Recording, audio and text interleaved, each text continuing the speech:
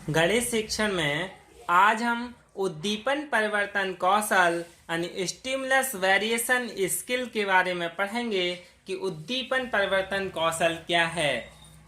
उद्दीपन परिवर्तन कौशल का मतलब है छात्रों के ध्यान को अपनी ओर आकर्षित करना और उस स्थिति को बनाए रखने के लिए पर्यावरण में उद्दीपनों को बदलकर छात्रों की आकर्षित और केंद्रित करना है। इन छात्रों को आकर्षित करना और केंद्रित करना है। इस प्रकार छात्रों में अधिक रुचि और उपलब्धि उत्पन्न करने के लिए शिक्षक के द्वारा हाव भाव, आवाज में परिवर्तन, भाव केंद्रीकरण, दृश्य श्रव्य क्रम परिवर्तन आदि सभी क्रियाओं में परिवर्तन पाठ को प्रभावशाली बनाते हुए छात्रों को अपनी ओर आकर्षित करना ही उद्दीपन परिवर्तन कहलाता है। Attracting and focusing students by changing the stimulation in the environment to maintain the same position is called stimulus change skills।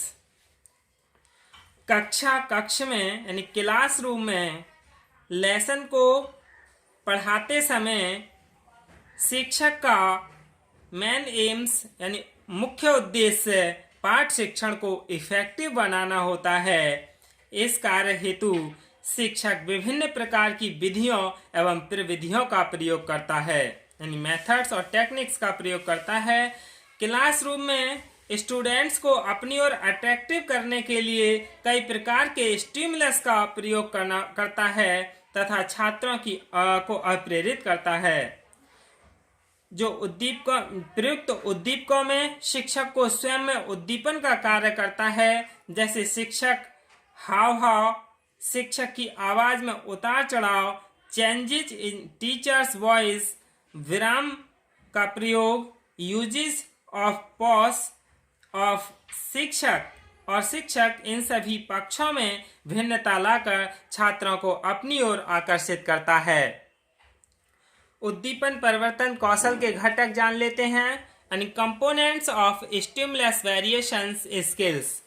इसके उद्दीपन परिवर्तन के घटक क्या हैं? सबसे पहला है शरीर संचालन यानी बॉडी मूवमेंट्स।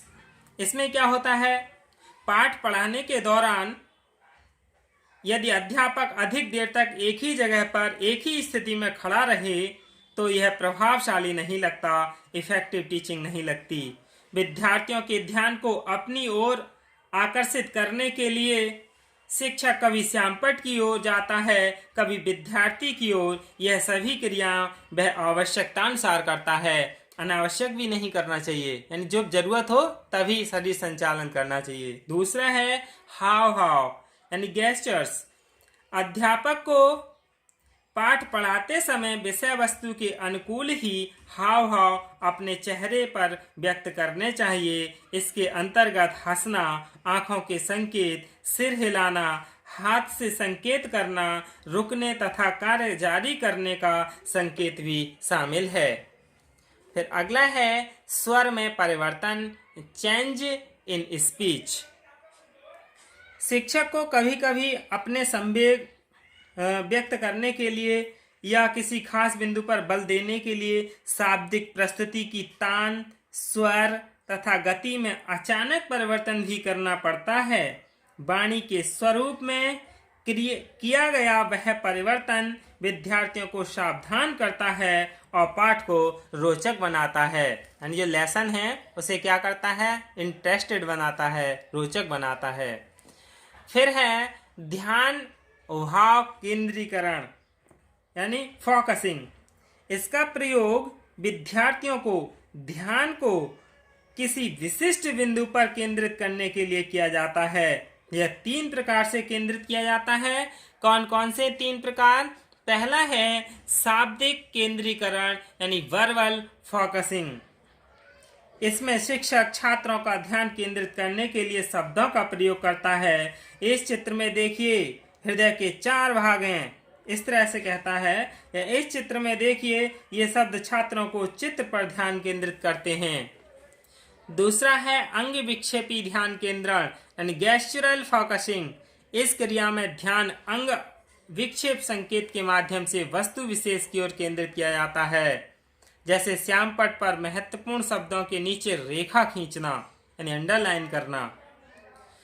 अगला है शाब्दिक तथा अंग विक्षेपी ध्यान केंद्रण यानी वर्बल कम गेस्चुरल फोकसिंग, यानी ये इन दोनों का मिक्स है।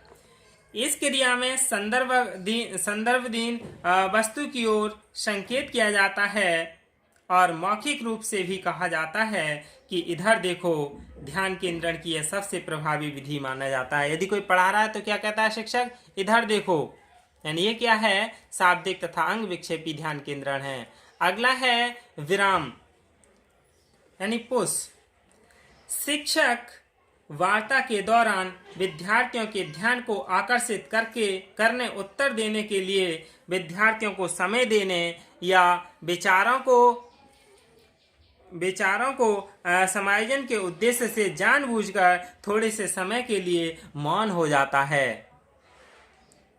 अगला है छात्र शिक्षक अंतःक्रिया शैली में परिवर्तन यानी चेंजेज इन इंटरेक्शन पैटर्न।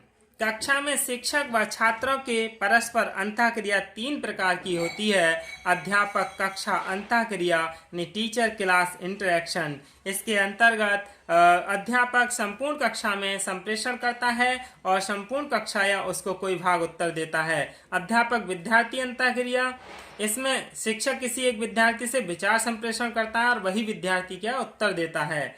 तीसरा है विद्यार्थी विद्यार्थी अंतःक्रिया यानी विद्यार्थी विद्यार्थी अंतःक्रिया। इसमें क्या है, पीपल पीपल इंटरेक्शन।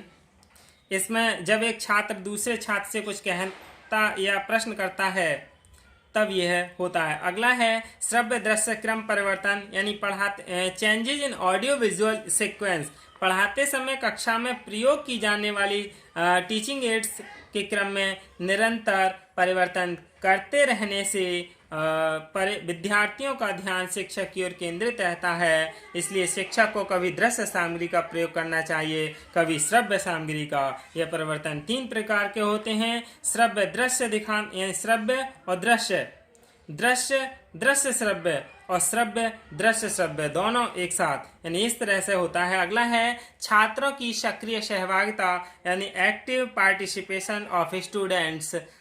इसका तात्पर्य है अध्यापक द्वारा इच्छित रीति से कार्य में विद्यार्थियों की भौतिक भागीदारी, जैसे उपकरणों का प्रयोग, एकीकरण आदि, नाटकीकरण।